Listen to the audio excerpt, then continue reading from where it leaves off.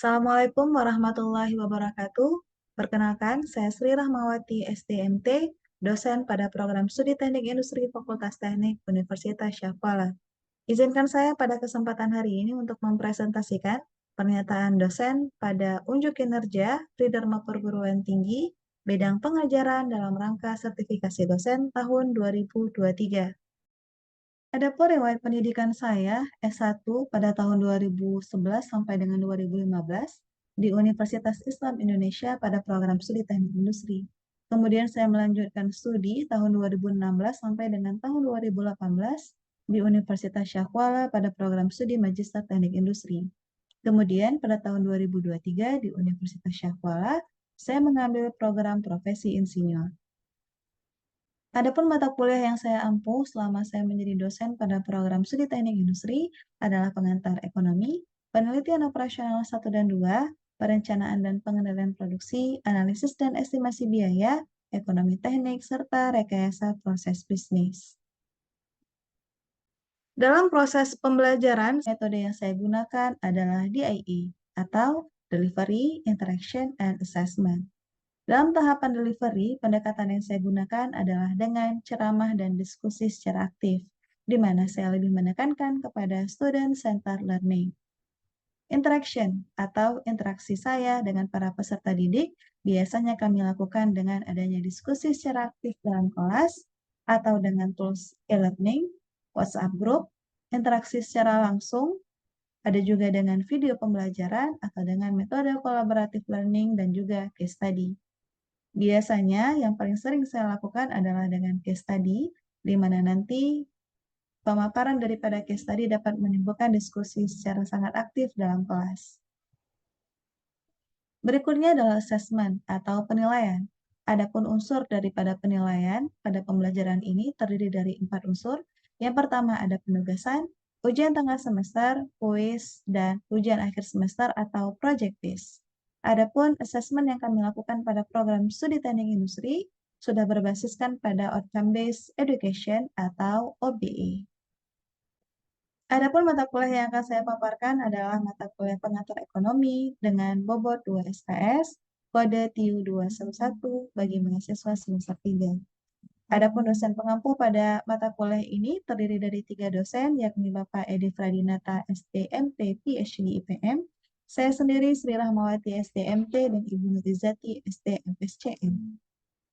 Yang mana deskripsi pada mata kuliah ini adalah mata kuliah ini dirancang untuk memberikan pengantar berbagai konsep-konsep ilmu ekonomi dasar dalam konteks ekonomi mikro seperti aliran kegiatan perekonomian, jenis pasar, kurva permintaan, penawaran, keseimbangan, dan konsep elastisitas. Dan ekonomi makro berupa komponen produk dan pendapatan nasional dalam sistem perekonomian, dan terakhir adalah terkait dengan teori investasi. Setelah mengikuti mata kuliah ini, mahasiswa diharapkan mampu untuk menganalisa secara umum kegiatan perekonomian dalam konteks ekonomi mikro dan makro. Adapun mata kuliah pengantar ekonomi pada semester 3 ini merupakan mata kuliah wajib pada program studi teknik industri berdasarkan BKSDI. Mata kuliah ini merupakan basic science yang nantinya akan mahasiswa perlukan dalam mengikuti mata kuliah lanjutan seperti analisis dan estimasi biaya pada semester 4, ekonomi teknik pada semester 5, dan analisis perancangan usaha pada semester 7. Adapun capaian lulusan pada mata kuliah pengantar ekonomi terdiri dari 3 CPL. CPL yang pertama adalah CPL 4, di mana mahasiswa mampu menguasai prinsip dan isu terkini dalam ekonomi, sosial, ekologi secara umum. CPL yang kelima adalah mampu merumuskan alternatif solusi dalam penyelesaian masalah rekayasa kompleks pada sistem terintegrasi dengan memperhatikan faktor-faktor ekonomi, sosial, dan lingkungan. CPL 12 yakni mahasiswa mampu bertanggung jawab berdasarkan profesi kepada masyarakat dan mematuhi etika keprofesian dalam penyelesaian masalah keteknikan. Adapun capaian pembelajaran pada mata kuliah pengantar ekonomi atau CPMK terdiri dari 4. Yang pertama adalah mahasiswa memahami dan mampu menjelaskan proses terjadinya pertukaran dan konsumsi barang dan jasa, serta konteksnya dalam operasi perusahaan sebagai salah satu bentuk sistem terintegrasi, serta mampu menggambarkan dan menjelaskan kurva permintaan dan penawaran. CPMK 2 yakni mampu menghitung elastisitas permintaan dan penawaran. CPMK 3 menguasai konsep pasar persaingan sempurna dan contohnya dalam industri yang ada. Dan CPMK 4 mampu menghitung pendapatan nasional dan memahami perhitungan dasar konsep investasi dalam industri. Adapun CPMK dan CPL saling berhubungan untuk membentuk profil mandiri lulusan program studi teknik industri Fakultas Teknik Universitas Syahkuala yang telah disampaikan dalam kurikulum program studi. Adapun bahan kajian dalam pengantar ekonomi terdiri dari 3. Yang pertama adalah pendahuluan dan pemahaman konsep dasar yang terdiri dari pengantar ilmu ekonomi, permintaan dan penawaran, serta elastisitas dan pasar persaingan sempurna. Adapun bagian yang kedua, yakni teori lanjutan terkait dengan pendapatan nasional, teori konsumsi, serta teori investasi.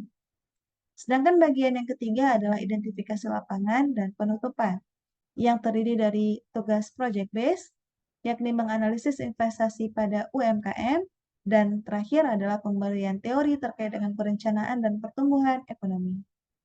Untuk setiap dosen dalam lingkungan Universitas Syahkuala telah menggunakan e-learning, di mana e-learning ini menyajikan semua kebutuhan yang perlu disampaikan oleh dosen kepada para peserta didik, seperti terkait dengan RPS serta kontrak perkuliahan yang telah disepakati.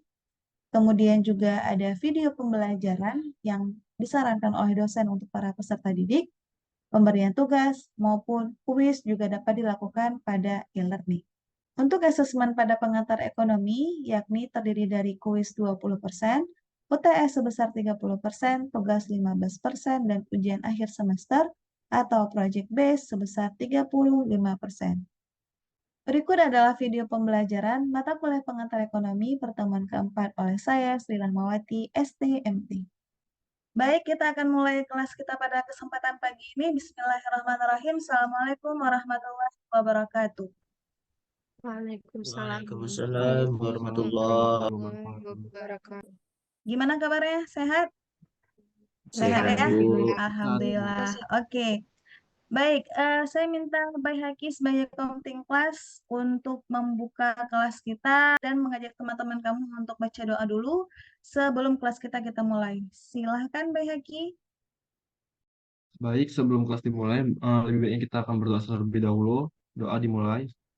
Ini ilma warzuqni fahma wa amalan sholihan maqbulah. Walhamdulillahirabbil alamin. Oke, baik. Terima kasih kepada Baik Haki yang telah memimpin doa. Kita akan memasuki kepada bahasan kita minggu ini ya. Saya akan share screen. Nah, bahasan kita pada kesempatan hari ini adalah lanjutan dari minggu lalu, yang mana minggu lalu kita membahas tentang konsep daripada permintaan, maka hari ini kita akan menjajaki yang namanya konsep penawaran. Kemudian capaian pembelajaran kita hari ini adalah kamu nanti harapannya bisa memahami pengertian dan konsep daripada penawaran, juga ada equilibrium atau titik daripada keseimbangan, dan kemudian dapat menghitung keseimbangan dari permintaan dan penawaran. Nah, kita akan lihat dulu nih definisi daripada si penawaran atau biasa kita sebut dengan supply. Nah, penawaran itu sendiri adalah kegiatan yang dilakukan oleh produsen atau penjual untuk menjual hasil produksinya pada waktu, tempat, dan harga tertentu. Nah, itu disebut dengan penawaran. Jumlah daripada si penawaran itu adalah ya sejumlah barang yang ditawarkan oleh produsen pada tingkat harga tertentu. Ketika kita memberikan sebuah penawaran, pasti di dalamnya ada unsur kuantitinya, berapa banyak jumlah yang kita tawarkan. Kemudian juga diikuti dengan price dari setiap kuantitinya. Ada kuantiti, ya ada price-nya. Kita tawarkan sejumlah unit produk ataupun katakanlah 10 unit, maka persatuan unitnya ada harganya dikalikan dengan 10 unit. Ya, nah itu selalu akan melekat dari definisi si permintaan dan penawaran, unsur yang paling esensial ada di dalam konsep itu adalah terkait dengan quantity dan juga price. Nah, kemudian kita akan lihat apa saja faktor penyebab terjadinya supply atau adanya penawaran. Itu yang pertama ada harga produk. Kemudian yang akan mempengaruhi penawaran juga adalah harga substitusi atau komplement. Misalnya harga di pasar nih, kita mencari produk eh, produk utama untuk konsumsi kita sehari-hari ya, kan yang mengandung si protein. Misalnya kita maunya ayam. Ayam di pasaran bahkan sekarang udah 50 sampai 60 ribu per satu pieces ayam. Nah, ada tuh produk komplemennya. Kita butuh si protein juga nih, tapi kita nggak apa-apa kalau nggak dapatnya bukan dari induk ayamnya. Kita dapat misalnya dari telur ayamnya. Which is sekarang harganya 50 ribu per satu pak misalnya. Kan ada selisih harga ya, 10 ribu gitu ya. Nah, barang substitusi juga akan mempengaruhi permintaan dan penawaran yang ada di pasar. Kemudian teknologi juga berpengaruh. Misalnya, dari sudut pandang sebuah industri, kalau kita punya sebuah teknologi yang terbarukan di industri kita, maka kan konsepnya akan mempermudah proses produksi ya. Kalau teknologi itu kita kembangkan, konsep daripada masuknya teknologi ke industri itu adalah berfungsi untuk mempermudah kerja si produksi, satu. Kemudian mempercepat, semakin cepat proses produksinya, jadi kapasitas yang bisa diproduksi oleh perusahaan juga semakin tinggi. Yang ketiga, dengan adanya teknologi itu harapannya cost-nya ataupun biaya produksinya itu bisa lebih rendah. Sehingga si perusahaan itu bisa menawarkan kuantiti yang lebih banyak kepada si konsumen. Itu dampak daripada teknologi. Ya, dampak daripada teknologi yang kita terapkan di perusahaan. Tentu harapannya adalah dengan memperbaiki proses produksi di perusahaan itu menjadi lebih baik lagi. Kemudian yang keempat, ada harga bahan baku. Nah, ini sama tadi ya dengan si teknologi. Ada teknologi tadi harga bahan bakunya bisa kita reduce, biaya produksinya bisa kita reduce, ini akan mempengaruhi harga yang akan kita tawarkan kepada si konsumen. Nah, kemudian ada yang berikutnya, faktor penyebab terjadinya penawaran adalah jumlah produsen. Kalau jumlah produsennya semakin banyak, ya maka itu akan mempengaruhi si penawaran. Nah, kemudian yang terakhir ada faktor penyebab terjadinya penawaran adalah kebijakan daripada pemerintah. Nah, di sini ada dua unsur, yakni ada unsur pajak dan juga unsur si subsidi. Nanti akan kita jelaskan ya lebih lanjut. Nah, kita lihat. Nah, ini tentu kalian melihat ada perbedaan ya dari konsepsi permintaan yang minggu lalu kita udah bahas. Nah, konsep daripada si penawaran itu grafiknya kamu akan lihat nanti bentuknya akan seperti ini.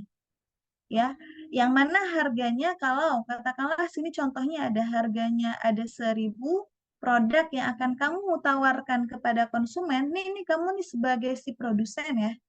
Kamu akan menawarkannya 10 unit. Nah, ketika kamu produce produk itu ataupun harga di pasarannya itu adalah 2.000, maka kan kamu sebagai produsen akan memproduksi sebanyak-banyaknya nih, kan? Yang bisa kamu tawarkan kepada si end customer. Karena apa? Karena harganya lagi mahal-mahalnya nih. Maka kuantiti yang kamu tawarkan akan semakin tinggi. Misalnya harganya 3.000, oh yang akan kamu tawarkan 30 unit. Atau harganya sekarang di pasaran tuh 3.500 makin naik, maka harapan kamu produk yang kamu tawarkan kepada end customer kan juga semakin naik. Nah, jadi perspektifnya adalah kamu coba melihat dari perspektif kamu adalah sebagai seorang produsen. Sehingga grafiknya nanti kamu akan dapati bahwa grafik daripada si penawaran ataupun supply itu seperti ini. Ini berbanding terbalik dengan si permintaan. Dengan kondisi contoh yang telah kita berikan, maka kita akan menghitung. Kita akan mencari rumusan ataupun persamaan, ya, persamaan dari kondisi seperti ini, dari konsepsi penawaran. Nah, ini kita masih ambil dua contoh random saja. Kalian boleh ambil contoh yang mana aja. Kemudian nanti langsung dikalikan silang, kalian akan mendapatkan fungsi daripada penawaran seperti ini. Ini masih basic ya, sama dengan permintaan. Nah, contohnya misalnya penawaran suatu barang ditunjukkan dengan persamaan nih. Kita dapat persamaannya. Kalau diketahui persamaan tanpa ada tabulasi. Kalau kemarin kamu kan kamu akan bergerak melalui tabulasi ini ya. Tabulasi, kemudian kamu mencari fungsi. Kamu dapat tuh berapa Q, berapa P-nya. Nah, kalau kemudian tabulasinya kita nggak sajikan atau nggak ada info terkait dengan tabulasinya, kamu juga bisa menyelesaikan untuk mencari nilai P dan Q-nya berdasarkan dari persamaan yang diketahui. Sama aja. Nah, ini contohnya. Kita ketahui kita nggak punya tabel nih, tapi yang kita tahu adalah kita punya persamaan. Ya, persamaan daripada si penawaran adalah minus 500 ditambah dengan 3P. Maka berapakah jumlah barang yang ditawarkan bila harga barang yang ditawarkan adalah sebesar 2.000?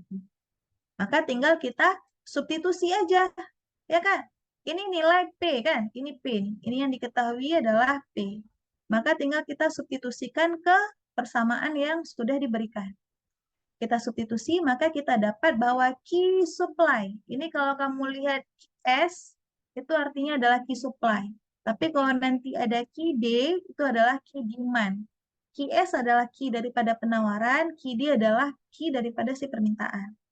Ya, maka ini tinggal kita substitusi, kita dapatkan bahwa quantity of supply-nya, jika harga yang kita pasang adalah 2.000, maka quantity supply-nya kita adalah sebesar 5.500 unit.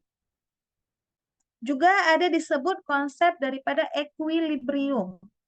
Ini bahasa ekonominya adalah equilibrium. Apa itu equilibrium? Ialah keseimbangan jumlah barang yang diminta dengan jumlah barang yang ditawarkan.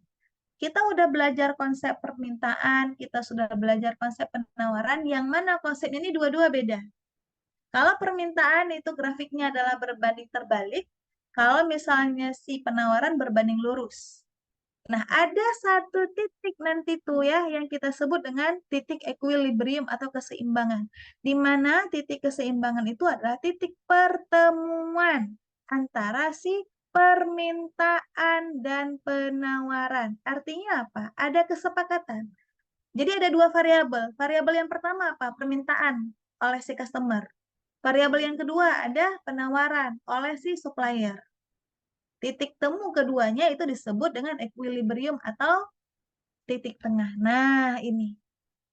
Kalian sebagai seorang industrial engineer itu akan sering banget menemukan grafik-grafik seperti ini. Karena apa? Ini disebut dengan titik optimal. Nah, kalau yang kita cari di industri itu adalah optimasi. Karena apa? Optimal itu akan memberikan dampak efisiensi dan efektivitas. Nah, ini menandakan bahwa kalau tadi si Ki dia punya ini ya, Ki dia punya kalau kalau ke sini kan arahnya berarti dia punya Ki-nya S.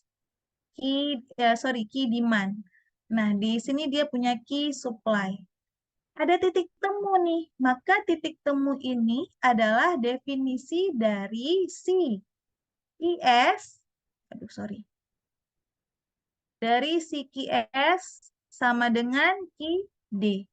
Ya, posisinya kan berarti di posisi satu titik temu. Titik temu itu berarti kondisinya adalah demand sama dengan si supply. QS sama dengan QD kalau dilihat dari perspektif quantity. Tapi kalau dilihat dari perspektif price, maka price of demand sama dengan price of supply. Ya, oke, kita lanjut. Kita lihat nih, ada fungsi permintaan, ada fungsi penawaran. Beda. Coba dilihat. Permintaan, harganya semakin mahal, kuantitinya semakin berkurang. Sesuai. Ya kan? Dengan bunyi teori si permintaan. Sedangkan penawaran, itu price-nya semakin naik, kuantitinya semakin naik. Sesuai dengan bunyi si penawaran. Ya.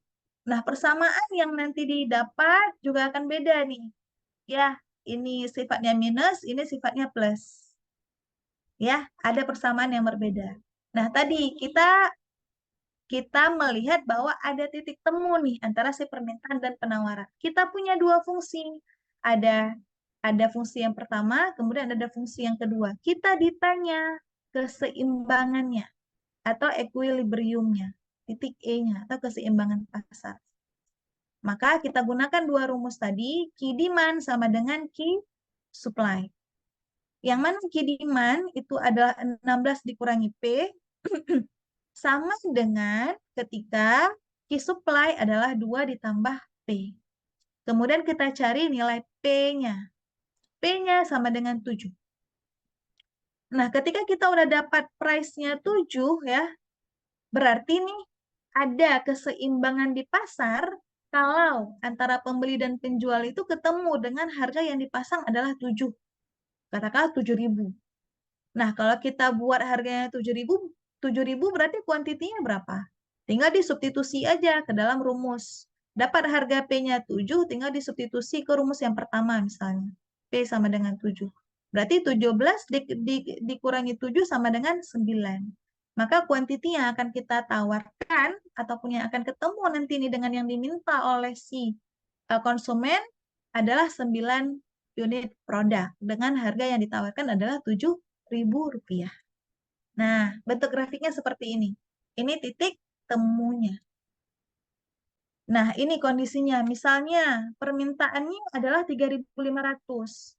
Tapi kemudian yang kita tawarkan 7.500. Ya, ada kelebihan dan kekurangan. Misalnya kita minta 8.000. Kemudian yang ditawarkan cuma 4.000. Artinya apa? Kita nggak dapat memenuhi permintaan, kan? Kita nggak dapat memenuhi permintaan.